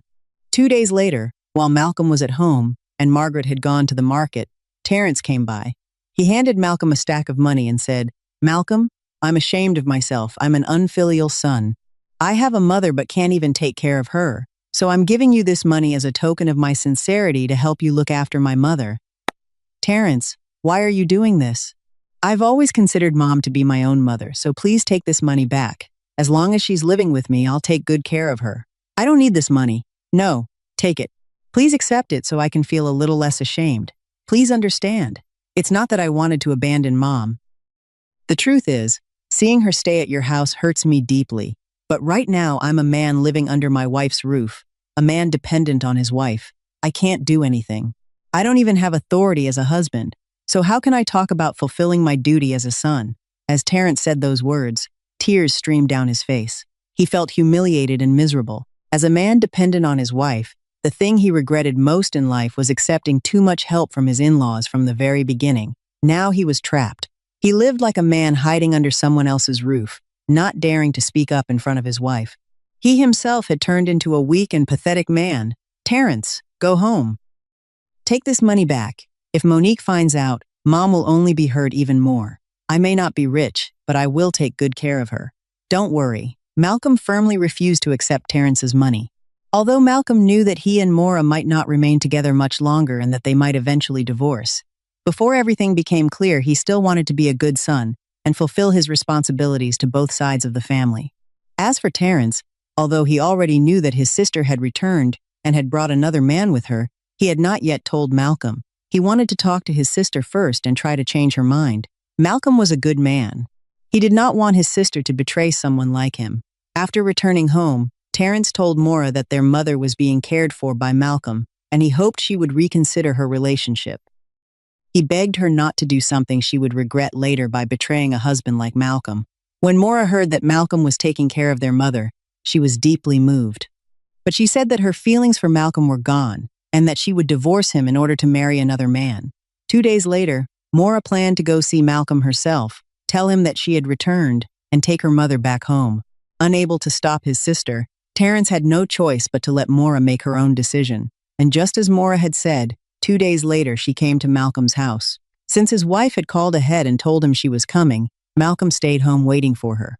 He took the initiative to arrange for them to meet and talk somewhere outside because he did not want Margaret to overhear anything. He was afraid it would break her heart. More than anything else, he wanted to speak honestly with Maura before it was too late, hoping that he could still save the marriage that was standing on the edge of a cliff. At a small park in Baltimore, where they had agreed to meet, Malcolm arrived first and waited for his wife. Maura arrived on time as well, taking a taxi to meet him. When she got there, she slowly stepped out of the taxi and walked toward Malcolm. She was wearing a fitted blue dress that hugged her waist and made her look quite attractive. Her hair had been curled and dyed blonde. Her makeup was bold and striking. Malcolm stared at his wife as she stepped out of the car, hardly believing his eyes. Was that really his wife? She had changed so much. She was no longer the simple, modest woman she once was. Time and distance had transformed Maura into a completely different person. And when a person changes, perhaps it is no surprise that their feelings change as well. When she reached him, Maura gave Malcolm a bright smile and asked, "Malcolm, how have you been?" The question sounded more like something a friend would ask. There was no excitement, no longing, and no trace of affection hidden behind it. Faced with that distant attitude from his wife, Malcolm could only force a painful smile. "Thank you. I've been fine. At least my body has. But my heart is hurting." "Why am I hurting? You don't know why I'm hurting?" "I don't think that's something worth hurting over. During all the years we spent apart, I realized something. You and I are not right for each other. While I was living overseas, I found someone who is right for me. and I did something wrong to you. Now that I've come back, I want us to end things here. You should go and find your own happiness." Mora, after all these years together, after all the promises we made, after living as if we couldn't exist without each other, how can you talk about ending everything so easily? I admit you're right. We did make promises. We did swear we would never leave each other, but that was in the past. Things are different now. I'm not the Mora I used to be. Now I have money, I have a future, and I have a wealthy man who loves me and takes care of me. What do you have besides that rundown house? Mora, how can you say something like that? I may not have money, but I have a heart. I have love for you. Don't let material things make you forget everything we shared. You were the one who told me we just needed to work hard together. You said that if you went overseas for a few years, we would be reunited and live happily together. So what happened? While I remained faithful and waited for you all these years, you found another man? Are you finished? If you're finished, then let me tell you something. I don't have time to go back and forth about this with you. I don't love you anymore, so I want you to let me go. This is the divorce agreement. I've already prepared it. Sign it. Then I'll go pick up my mother. Thank you for taking care of her during this time. Here's some money. Take it and consider it a token of my gratitude for looking after my mother and compensation for the years of your youth that you spent waiting for me. I hope you won't think it's too little. Mora spoke as she took a stack of cash from her handbag and held it out in front of Malcolm. Ever since hearing Mora say that she no longer had any feelings for him, Malcolm had sat there like a man who had lost his soul. He had intended to let her finish speaking and then try to explain things to her so she would understand that they still loved each other and that her feelings for the other man were only temporary. But when he saw Mora offering him the money and saying it was payment for him, he felt that perhaps the love between them had truly come to an end. Giving him that money meant she now considered him an outsider. They had once been husband and wife, had lived together and shared everything, but now she treated him like a stranger. What was left for him to hold on to anymore? If Mora no longer loved him, then why should he keep holding on? Malcolm quickly shifted from heartbreak to anger. He took the divorce papers from Mora's hand and signed them with one swift stroke of the pen. Malcolm had signed the divorce papers. He felt that there was nothing left between him and Mora worth holding on to anymore. He would set her free so she could go and find a new happiness. After Malcolm had signed the divorce papers, Mora quickly returned to his house to pick up her mother. Malcolm immediately followed her. He was afraid she would tell Margaret everything and break her heart. When they arrived at the house, Mora told her mother that she was going to take her to live with her in another home. Margaret was confused by that and asked about it, so Mora was forced to tell the truth. She had another man, and she and Malcolm were going to separate. After hearing Mora say that, Margaret could not believe it. She turned to Malcolm and asked if it was true. Malcolm remained silent and did not answer. Looking at the sadness on her son-in-law's face, Margaret immediately understood that it was true. She slowly walked over to Malcolm, gently patted him on the shoulder, and said, "Malcolm, if someone has been unfaithful to you, then why should you be sad? Why should you regret losing a woman who betrayed you? Mom, why are you saying that about me? Do you care more about him than me? I came here to take you with me. From now on, you won't have to stay in his house anymore," Mora cried as she said that to her mother. Mora did not expect that after hearing the news that she and Malcolm were separating, Margaret would take his side and scold her like this. She was Margaret's own daughter, yet Margaret was openly standing with her son-in-law. "Mora, now that you've come home, your mother should have been happy, but I never expected you to do something this terrible. All these years I have taught my children to live with loyalty and gratitude. How could you do something so shameful today? Malcolm, I am sorry for not raising my daughter properly. She has wronged you. I bow my head and apologize to you. I gave birth to a daughter who has no morals and no decency. She does not deserve your loyalty or your sincere love. Forget about her. Happiness will surely come to you." Margaret lowered her head sorrowfully and apologized to Malcolm. Seeing her act that way, Malcolm became alarmed and quickly helped her up. "Mom, please don't do this. You have done nothing wrong.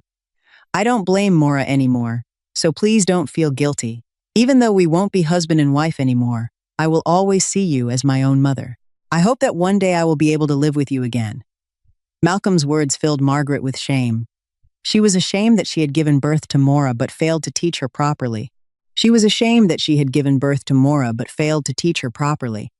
did not deserve the love of a man like Malcolm, a young man with a noble and forgiving heart, a devoted son who honored his parents.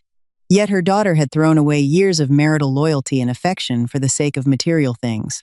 Mora deserved criticism and condemnation, But Malcolm did not do any of that.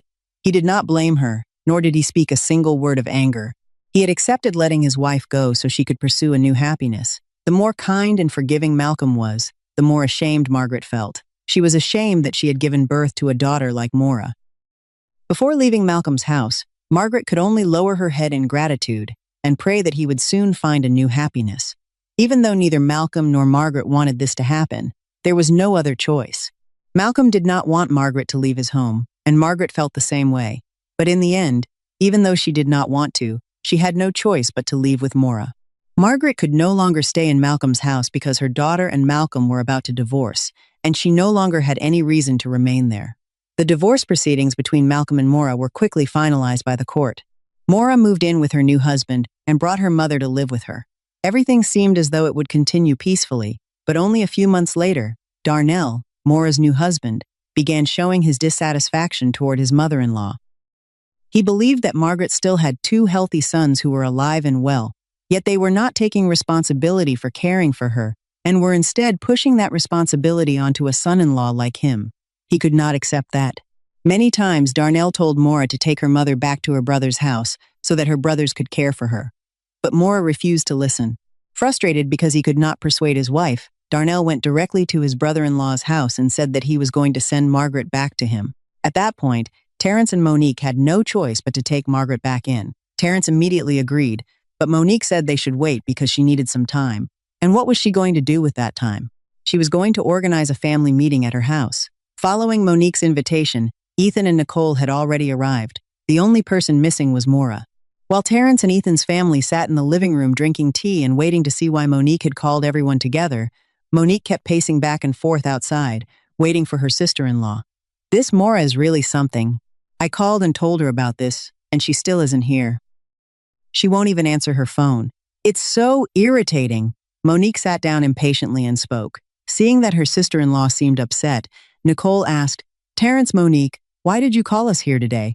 Ethan told me you wanted everyone to come to a meeting, but honestly, I don't know what's going on. You should ask Monique about that.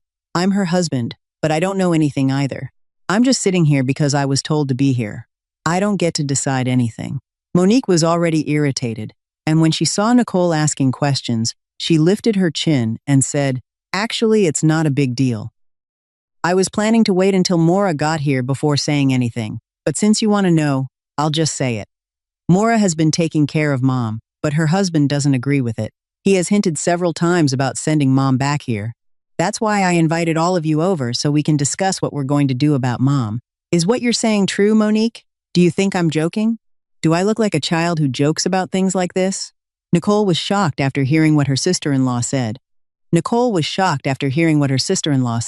She had been busy with her performances and rarely had time to visit Margaret.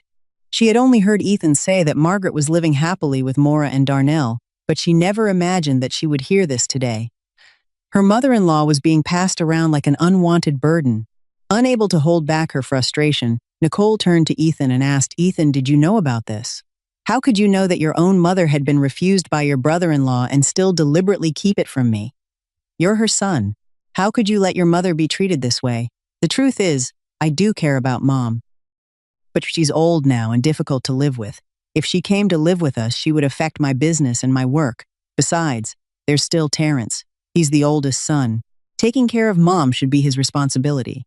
Terrence had been sitting motionless in his chair the entire time. The truth was that from the moment Nicole asked about their mother, he already felt ashamed of himself for being an unfilial eldest son.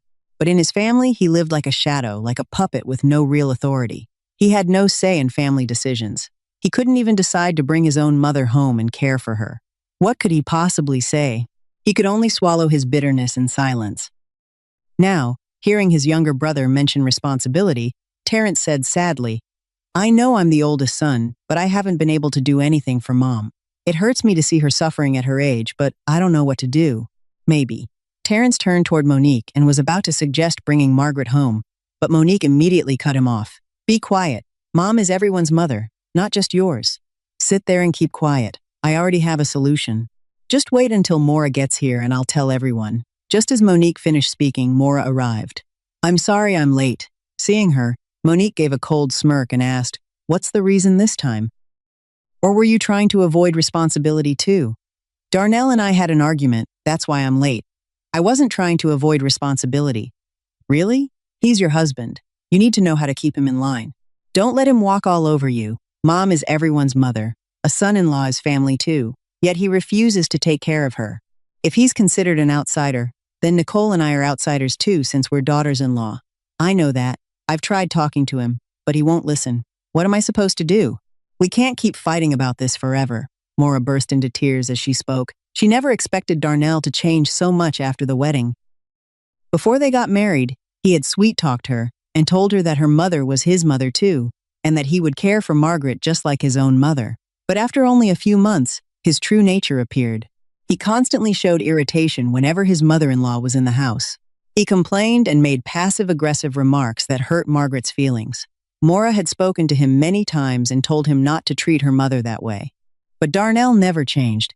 Once he had a few drinks, he completely lost control of himself. Seeing Maura sitting there crying, Monique raised her voice. All right, enough. What is crying going to solve now? Here's what I think. Everyone should give their opinion. Mom is everyone's mother. Who is going to take responsibility for taking care of her? I welcome anyone who is willing to volunteer. After Monique said that, everyone fell silent. Nicole nudged Ethan with her elbow, signaling for him to stand up and offer to take Margaret in, but Ethan immediately shot her a sharp look. Several minutes passed before Maura finally spoke. Brothers, sisters, I really do want to take care of Mom. But after what happened between Malcolm and me, Mom is still upset with me. Even if I bring her home, she won't be happy. That's why Darnell gets frustrated. He says that if Mom stays at our house, arguments will eventually happen. Besides, my mother-in-law is already living there. The two families can't live together under the same roof. When Ethan heard his sister speaking through tears, he lost his temper and shouted at her, "Stop it! Quit that crying! This whole situation is your fault. You're the reason Mom ended up like this. Back then, Mom sold her property, and part of that money was used to send you overseas. Now you've come back with some money of your own and you've pushed Mom aside. On top of that, you married that worthless husband of yours. You thought marrying him would give you a better life, but he turned out to be nothing special. He saw your money, said all the right things, and you fell for it. Now you finally realize the truth, but it's too late. If you hadn't left Malcolm, Mom would already have someone taking care of her. And you're criticizing me? When Mom sold her property, didn't most of that money go to you too? How many days did you actually take care of Mom? The moment the money was gone, you started complaining about her, saying one thing after another and looking for excuses to force her out. You're no better than I am. Ethan and his sister argued back and forth, raising their voices. The family meeting turned into a full-blown argument. Nobody was willing to back down. Everyone believed they were right and tried to push the responsibility of caring for their mother onto someone else. After listening to his younger siblings arguing non-stop, Terrence finally lost his patience. Unable to hold back his anger any longer, he slammed his hand down on the table. Everybody be quiet. I've put up with enough from all of you. Monique was startled when she saw her husband lose his temper. Although she felt a little nervous, she still interrupted him. Terrence is right. Everyone stop arguing. The important thing right now is Mom. Who is going to take care of her? After Monique spoke, all the brothers and sisters fell silent. A moment ago, Terrence had been shouting loudly, but as soon as he saw Monique glare at him, he immediately quieted down. In the end, he was still afraid of his wife. His voice changed from loud to soft. Here's what I think. We should take turns. Each of us will take care of Mom for 6 months. Maura is a daughter, so her responsibility is smaller. She can take care of Mom for 3 months. I agree with Terrence's idea. We'll start with your family. Mom will stay with you for 6 months. After that, it'll be my family's turn. Finally, it'll be Maura's turn. Ethan had barely finished speaking when Monique jumped to her feet. No, I don't agree with Ethan's suggestion at all. The busiest season of the year is almost here. I run a business, and everything depends on this time of year. Now you're telling me to bring Mom home. If my business loses money or suffers because of it, who's going to take responsibility for that? Ethan saw his sister-in-law getting angry and immediately glared back at her. How can you even say something like that? Do you think you're the only one who works for a living? You can't avoid this responsibility. You're the oldest daughter-in-law in the family. You should take care of Mom first. Just as Ethan and Maura had been arguing, now Monique and Ethan started arguing as well. The battle over who would take responsibility for caring for Margaret showed no sign of ending. Nicole kept encouraging Ethan to bring Margaret home, promising that she would help take care of her, but Ethan refused to listen. He insisted that he was the son and the husband, and that the decision was his to make. Nicole had no right to interfere. When Nicole continued trying to persuade him to bring Margaret home, Ethan rushed toward her as if he were about to hit her. "Sit down! Have you lost your mind? You want to bring Mom home? Keep your mouth shut right now or I'll slap you." Seeing Ethan about to lash out at his wife, Monique smirked. "Why are you getting so worked up, Ethan? Nicole is a good daughter-in-law. If she wants to bring Mom home and take care of her, you should support your wife's wishes. You need to shut up. You're getting on my nerves. Stop stirring up trouble. You're the oldest daughter-in-law in this family. Is that really how you talk? Well, I'm just saying, if you and Nicole bring Mom home, everyone will praise you as devoted children. As for me, people already think badly of me anyway. All right, here's what I think. Since nobody wants to take Mom first, let's draw lots." Monique's suggestion of drawing lots to decide who would take responsibility for Margaret was immediately supported by everyone. Ethan stood up, got some paper, and made 3 slips. 2 slips were blank, and 1 slip had the word care written on it. Whoever drew the slip with the word on it would have to bring Margaret home first. After the slips were prepared and placed in the middle of the table, Monique drew first. She reached out her hand, then pulled it back. She looked as nervous as someone about to draw a winning lottery ticket. After hesitating for a long time, she finally grabbed one of the slips. Gathering all her courage, Monique took a deep breath and opened it. As she unfolded the paper and looked at it, she quietly prayed for luck. 1, 2, 3, blank. "I got lucky! I got lucky!" Monique looked at the slip in her hand and smiled triumphantly. In her mind, she had successfully escaped the responsibility. After Monique drew her slip, it was Ethan's turn. He eagerly picked up one of the remaining slips and quickly opened it. Almost immediately, Ethan burst out laughing with excitement. As he laughed, he repeatedly slapped his thigh. "I got lucky too. Mine doesn't say care." The 2 blank slips had been drawn by the oldest daughter-in-law and the second son. Only 1 slip remained on the table, and that last slip contained the word care. Maura stood frozen. She picked up the final slip and clenched it tightly in her hand. That meant she would have to take care of Margaret. It wasn't that she didn't want to care for her mother or avoid her responsibility. The problem was that she was trapped in a difficult situation. Darnell didn't want her mother living with them. What was she supposed to do now? What could she possibly do? Crushing the slip marked care in her hand, Maura stood motionless in the middle of the room, silently lamenting her situation. Ever since she suggested bringing Margaret home, Darnell had refused to agree. Nicole sat quietly, watching her husband's brothers and sisters argue over who should take care of their mother, and her heart ached. She felt sorry for her mother-in-law and angry at herself for being unable to change her husband's decision. She pitied the elderly mother who had worked tirelessly her entire life to raise her children, only to receive this in return now that they were grown. Fortunately, Margaret had not witnessed any of this. If she had seen her own children dividing up responsibility for her like this, the heartbreak might have killed her. As Nicole watched the scene unfold before her, she felt a deep sense of fear growing inside her. She feared that one day, if she had children of her own, they might grow up and behave the same way. She didn't know what she would do if that happened. Nicole stood up sadly. She looked at Ethan with disappointment in her eyes before walking away. From that day forward, Nicole and Ethan barely spoke to each other. She could not accept the fact that Ethan was willing to abandon his own mother like that. As for Maura, after returning home from her brother's house, she spent a great deal of time thinking about everything that had happened that day. She wasn't upset because she had been chosen to take care of Margaret. What troubled her was not knowing what to do about Darnell. Now she felt that she had no choice but to keep trying to persuade him to let Margaret stay. Only then would she have peace of mind.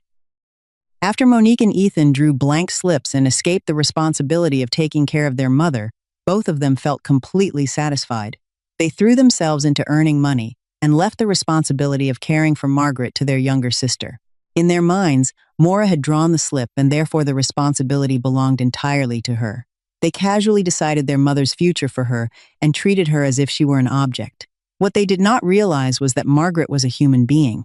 She had a heart, and she could feel every bit of the pain and humiliation her children caused her. After returning from Terrence and Monique's house, Maura tried her best to hide everything from Margaret, but Margaret could still see the exhaustion written all over her daughter's face. As soon as Maura walked into her room, she collapsed onto the bed in a daze. Seeing her like that, Darnell spoke in a mocking tone.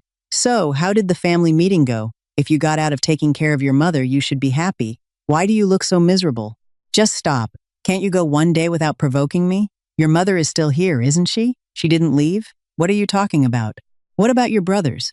They're still alive, aren't they? Why aren't they taking care of her? Why are you so determined to keep her here? I didn't volunteer, it just happened. Then why don't you send her back? Lower your voice. Mom might hear you. Why should I lower my voice? Am I saying something that's not true? You're only doing this because of your pride. You insist on keeping your mother here just to prove something to me, don't you? Fine. Then I'll call your brother right now and see what he has to say. After saying that, Darnell stormed outside and pulled out his phone to call Terrence. Maura panicked and immediately ran after him. Margaret had been in the kitchen. When she heard her daughter and son-in-law raising their voices, she followed after them as well. When Darnell called Terrence, the person who answered was Monique. When Darnell asked why Terrence and Monique had refused to take responsibility for Margaret, Monique replied, "Darnell, why are you getting worked up and blaming us? If you want to know why Maura ended up taking care of Mom, you should ask Maura yourself. It was because she drew the slip. She should be happy about getting the chance to take care of Mom." Monique spoke while laughing smugly into the phone. Hearing the triumphant tone in his sister-in-law's voice, Darnell completely lost his temper. He turned around and kicked the leg of a table hard before glaring at Maura and shouting, "Why are you so stupid? They told you to draw a slip and you actually did it. You're a daughter. Why should you be the one taking care of Mom? And if you had to draw, you should have tried to get one that didn't make you take care of her. You're completely useless. You can't do anything right." After saying that, Darnell hurried inside, grabbed his jacket, got into his car, and sped away. Maura stood there watching him leave and let out a bitter laugh. Perhaps she had made a terrible mistake when she chose to leave Malcolm and be with Darnell. She had to end this relationship. She could not accept living with a selfish and heartless man like him. Fortunately, she and Darnell had only been living together and had never officially married, so she could end things with him quickly. Maura wiped away her tears and walked back to her room. She had no idea that Margaret had overheard the conversation between her and Darnell. Margaret was devastated when she learned that her children had literally drawn lots to decide who would take care of her. She had heard stories like that before, but only on television. In real life, she had never believed such things could happen. What kind of children would treat their own mother like an object? Yet the very thing she never believed could happen had now happened to her. Her own children had divided responsibility for her the same way people divide possessions. The more Margaret thought about it, the more bitter she felt. Perhaps she could not stay here any longer. She needed to leave. That way her children would no longer see her as a burden. Carrying her handbag, Margaret looked up at the sky. The sky seemed so high and so far away. Where could she go now? In this vast world, it felt as if there was nowhere left for her to belong. One by one, her children, their spouses, and their in-laws had pushed her away. Her children were now like birds whose wings had fully grown. They could find their own way in life, and the truth was that they no longer needed her. For the entire afternoon, Maura never came out of her room. She stayed inside, packing her belongings and preparing to leave Darnell's house with her mother. Because she was so focused on packing, she never noticed that Margaret had already left. Later that evening, after she finished preparing everything, Maura went to Margaret's room to speak with her, but Margaret was nowhere to be found. Panic immediately set in. Maura contacted her brothers and sister-in-law, asking whether Margaret had gone to any of their homes, but everyone gave the same answer. No one had seen her. Afraid that something terrible might have happened, Margaret's children rushed out to search for her.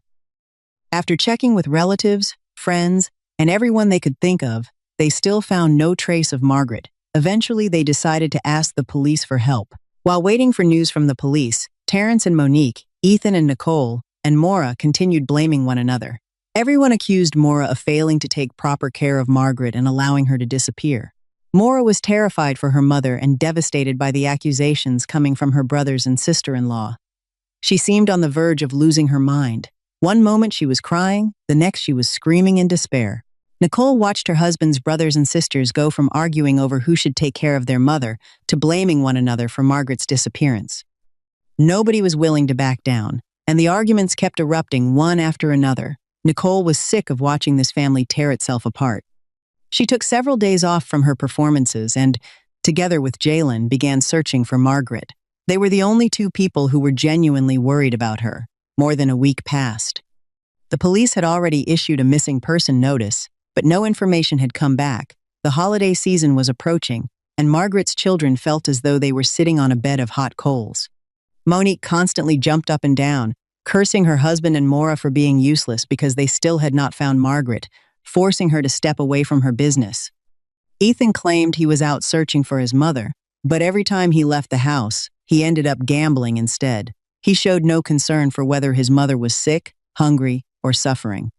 The people who worried most about Margaret during this time were Nicole and Jalen. Every day, Nicole went to the police station to ask whether there had been any news about Margaret. Then, on the afternoon of December 25, Nicole received a call from the police. They said that a citizen had reported seeing Margaret board an interstate coach bus traveling toward a rural area near the northern border. Unfortunately, that bus had been involved in a terrible accident and had plunged into a deep ravine. Every passenger on board was believed to have died, and no bodies had been recovered because of the dangerous terrain. The shocking news spread through the family immediately. All of Margaret's children followed the police to the accident site to verify the information. At the scene, the only belongings of Margaret that the police were able to recover were her handbag, which contained 2 sets of clothing, and her identification card. According to the police, when the driver realized the bus was in danger, he may have opened the door to allow passengers to escape. During the chaos, Margaret's handbag and many other belongings had been thrown from the vehicle. Before any of the passengers could get out, the bus rolled down into the ravine. Margaret was believed to be among the missing passengers. Holding their mother's handbag and identification card in their hands, Terrence, Ethan, and Maura broke down in tears. They were overwhelmed with regret for the way they had failed their mother. If they had not treated her so badly, none of this would have happened. Maura collapsed onto the ground in agony. Clutching her brother's leg, she cried out, "Mom! Mom is gone! Why did this happen? Why? It's all my fault!" "This is all my fault." Maura lay on the ground sobbing uncontrollably. She truly regretted everything she had done. Because of her, she believed her mother had died. Now that Margaret was gone, where could she possibly go to find her? While Margaret had been alive, her children had pushed her away and treated her like a burden, yet not one of them had ever spent even a single day truly caring for her. She had to take care of her own meals, her own clothes, and even buy her own medicine when she was sick.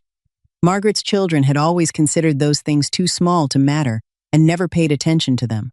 Maura was consumed with regret, but it was too late now. Her mother was gone. No amount of grief could bring her back. Seeing his sister lying on the ground crying in despair, Terrence could not hold back his own tears. He hated himself for being such a useless man. But just like Maura, both Terrence and Ethan knew that their regret came too late. They had no choice but to accept what they believed was the truth. Their mother was dead.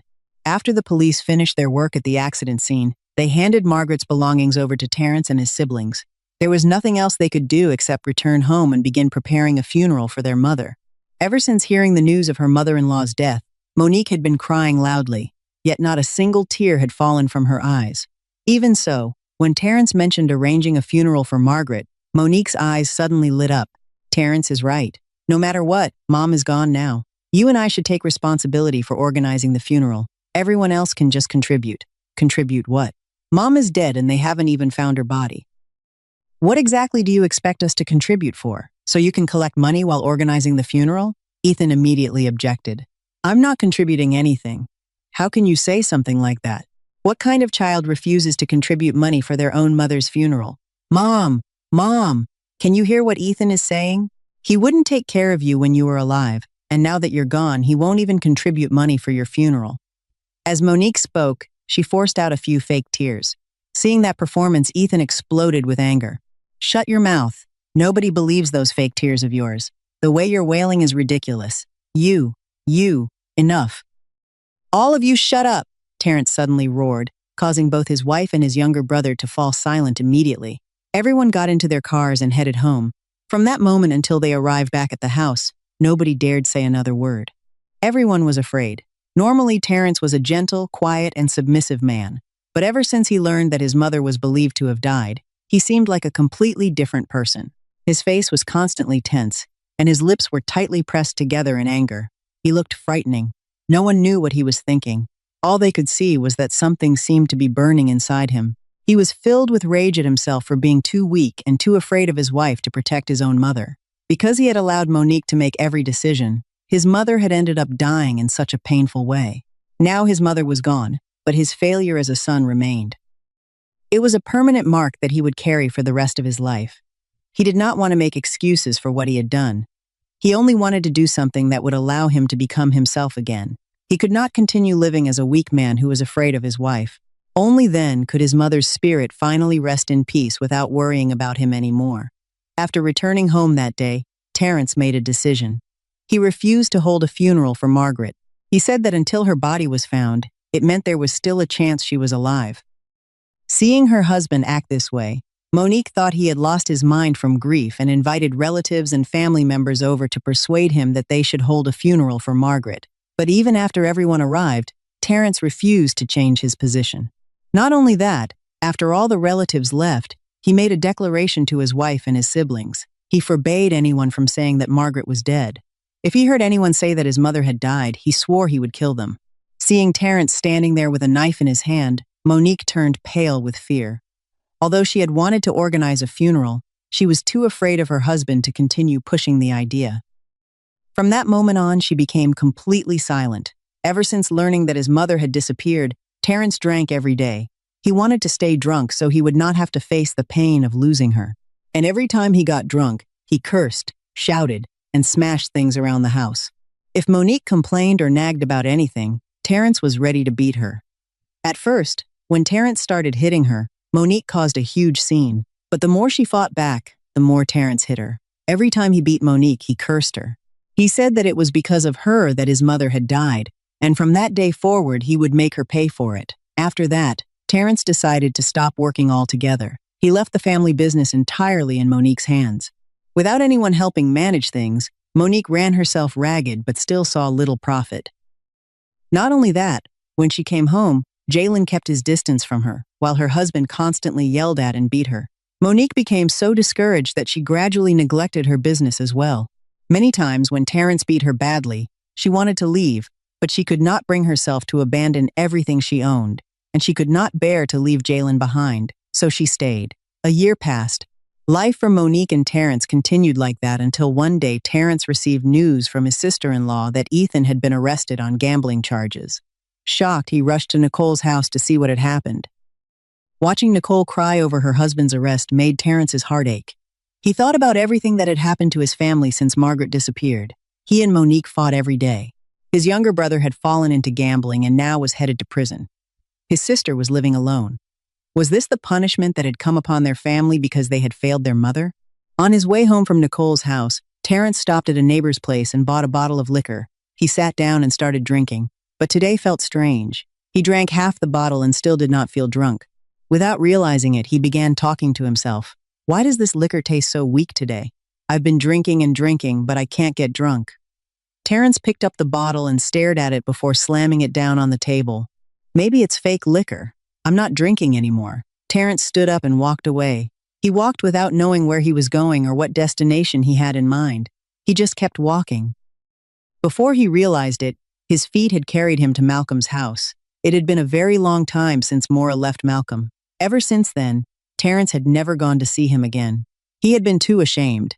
Malcolm was mopping the floor when he saw Terence arrive. He immediately ran outside. By then, the alcohol had begun to take effect. Terence staggered as he walked. His tongue felt thick in his mouth, making it difficult for him to speak clearly. Malcolm, is that you? Terence, come inside. Malcolm hurried over, helped Terence, and guided him to a chair. The moment Terence sat down, he burst into tears like a child.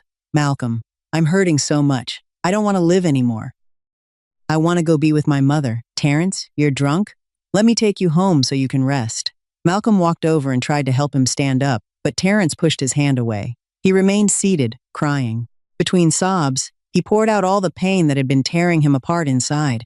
He regretted losing his mother, and he truly wanted to die.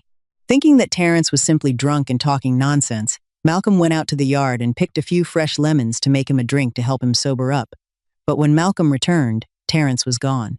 Looking around, Malcolm spotted him standing in the kitchen. He immediately ran inside and saw Terence holding a knife against his own throat. It turned out Terence was not drunk at all. He was fully conscious and he truly intended to end his life.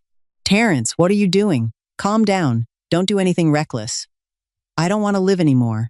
For more than a year, ever since my mother disappeared, I haven't had a single peaceful night's sleep. I've wanted to stay drunk forever, but I don't understand why today the more I drink, the more awake I feel. Maybe God doesn't want me to be drunk anymore. Maybe he wants me to stay sober so I can slowly feel the pain of an ungrateful son, a man who killed his own mother. I miss my mother, and I want to be with her. Terrence, you can't do this. What about Monique and Jalen? I don't care. She never cared about me anyway. No matter what I said, she never listened. She treated me like a puppet in my own home. She looked down on me. She looked down on my mother. But she regrets it now. What's the point of regret? Can regret bring my mother back to life? Can it bring her back to me? Or am I supposed to live with this shame for the rest of my life? As Terrence spoke, he let out a long breath. The knife pressed harder against his throat, and blood began to run down his neck. I'm leaving. Please take care of Jalen for me. Terrence closed his eyes. The knife in his hand began to move. Terrified, Malcolm shouted, Terrence, stop! Your mother is still alive. Faced with the situation, Malcolm had no other choice. He finally told Terrence the truth. Margaret was still alive. Hearing those words, Terrence froze. The knife slipped from his hand and fell to the floor. He rushed toward Malcolm and desperately begged him to tell him everything. Having no other choice, Malcolm told Terrence everything. On the day Margaret left the house, she boarded an interstate coach bus without knowing where it was headed. That night, the bus stopped so the passengers could use the restroom. Margaret got off as well. However, she had a stomach problem and walked farther away into a wooded area.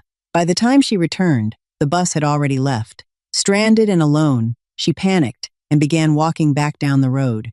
Fortunately, she met a kind young man. After hearing what had happened, he let her stay at his house for the night. The following day, he helped her catch a bus back toward Baltimore. But after returning, Margaret did not go back to her children. Instead, she secretly went to Malcolm's house. She asked Malcolm to take her to Harbor View Senior Living Center. With Malcolm's help, Margaret kept her survival a secret and allowed her children to believe she had died. Margaret made Malcolm promise that he would never tell anyone she was still alive. She planned to spend the rest of her life at the Senior Living Center. But today, faced with Terrence's desperation, Malcolm finally revealed the truth. The moment he finished speaking, the knife fell from Terrence's hand. Terrence quickly wiped away his tears, rushed closer to Malcolm, and begged him to tell him everything once again. With no way to avoid it, Malcolm repeated the entire story in detail. The very next day, Malcolm took Terrence, Monique, Nicole, and Maura to Harbor View Senior Living Center to bring Margaret home. The moment Margaret saw her children, she burst into tears. Her children cried as well. Terrence ran to his mother and wrapped his arms around her. He buried his head against her chest and sobbed like a little child. Monique, Maura, and Nicole rushed forward and joined the embrace. All of them held Margaret tightly. Margaret looked at her children and could not stop her tears from falling. Looking into their eyes, she knew that during the past year since she had disappeared, they had lived with pain, regret, and guilt. They truly regretted what they had done in the past. Because of that, she no longer blamed them. She would return home and continue teaching them the right way to live. Margaret agreed to go home with her children. Since Monique had sincerely apologized and admitted her mistakes, Margaret decided to live with Terrence and Monique. From that day on, Terrence stopped drinking. He happily returned to helping his wife with the family business. Margaret stayed at home and helped her daughter-in-law with meals and household chores. 1 week after returning home, Margaret asked Terrence to take her to visit Ethan. He had been sentenced to 2 years in prison for illegal gambling. When Margaret saw how thin and worn out her son had become, her heart ached. Taking Ethan's hand, she cried and said, "Ethan, I've missed you so much. Work hard, behave well, and come home soon. Mom, I'm sorry. Everything that happened to you was because of me. I regret it so much, but I think it's too late. This is my punishment for not listening to you. If only I had listened to your advice back then. Mom, I'm sorry. Don't cry, son. Everyone makes mistakes in life. What matters is recognizing those mistakes and correcting them. You are only human. Making mistakes is unavoidable. I'm happy because you've realized where you went wrong. From now on, live a good life and never make the same mistakes again." Ethan tightly held his mother's hand and nodded over and over. He truly understood how wrong he had been, yet he also realized that he and his siblings were incredibly fortunate. They were still able to see their mother again. Because the truth was that if Margaret had never returned, they would have spent the rest of their lives drowning in guilt and regret. So, to everyone who still has a mother, Love her and honor her while you still can. Don't wait until you're on the verge of losing her, like Ethan and his siblings did, before realizing the pain and suffering you have caused. As for Maura, after leaving Darnell's house, she rented a small apartment and found a job at a company. Occasionally, on her days off, she would visit her mother's house. One day, while she was there, Malcolm came by. The moment Maura saw him, she felt overwhelmed with shame. She could not bring herself to face him, and always tried to avoid him. Malcolm knew that Maura deeply regretted what she had done. He took the initiative and spoke to her. He told her that he would forgive her if she truly still loved him and genuinely wanted to return to his side. Hearing those words, Maura was moved to tears. She never expected Malcolm to have such a generous heart. He had chosen to forgive all of her mistakes and accept a wife who had betrayed him. "Malcolm, I'm sorry." Maura ran to him and burst into tears. When she heard him say that he was willing to forgive her, she buried her face against his chest and sobbed. "I was a terrible wife. I was blind. You were a good husband and a devoted son, yet I never appreciated you. I let temptation cloud my judgment. Now I'm ashamed of myself. The more forgiving you are, the more ashamed I become. I promise that I will spend the rest of my life loving you with all my heart. Please forgive me. Please forgive this terrible wife." "All right, stop crying. Everything is in the past now." Malcolm gently stroked Maura's hair and comforted her. Maura lifted her head, looked into Malcolm's eyes, and smiled happily. Before long, Malcolm and Maura were living together again. On the day they went to register their marriage once more, Margaret stayed home and asked her two daughters-in-law to prepare a meal so she could light incense for her late husband and celebrate the reunion of her children. Sitting at the dinner table with her children and grandchildren, Margaret watched them laughing, talking, and placing food onto her plate. Her heart overflowed with happiness. The happiness she felt was the same happiness shared by mothers all over the world. It was not a mansion, a luxury car, or a table filled with expensive food. Her happiness came from seeing her children smile. Life is short. Cherish the people you love while you still can. If this story touched your heart, please like and subscribe to support the channel and help me bring you more meaningful stories.